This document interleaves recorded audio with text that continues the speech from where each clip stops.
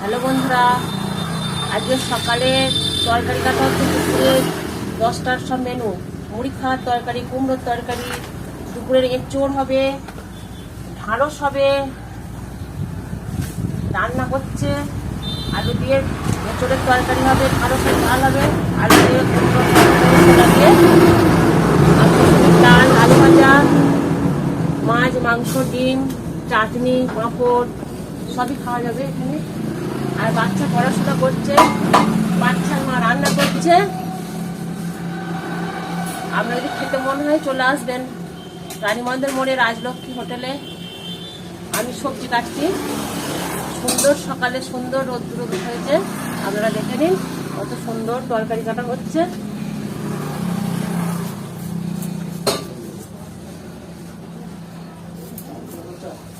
বাচ্চা এত সুন্দর পড়াশোনা করে না, খুব সুন্দর করে বাচ্চাটা।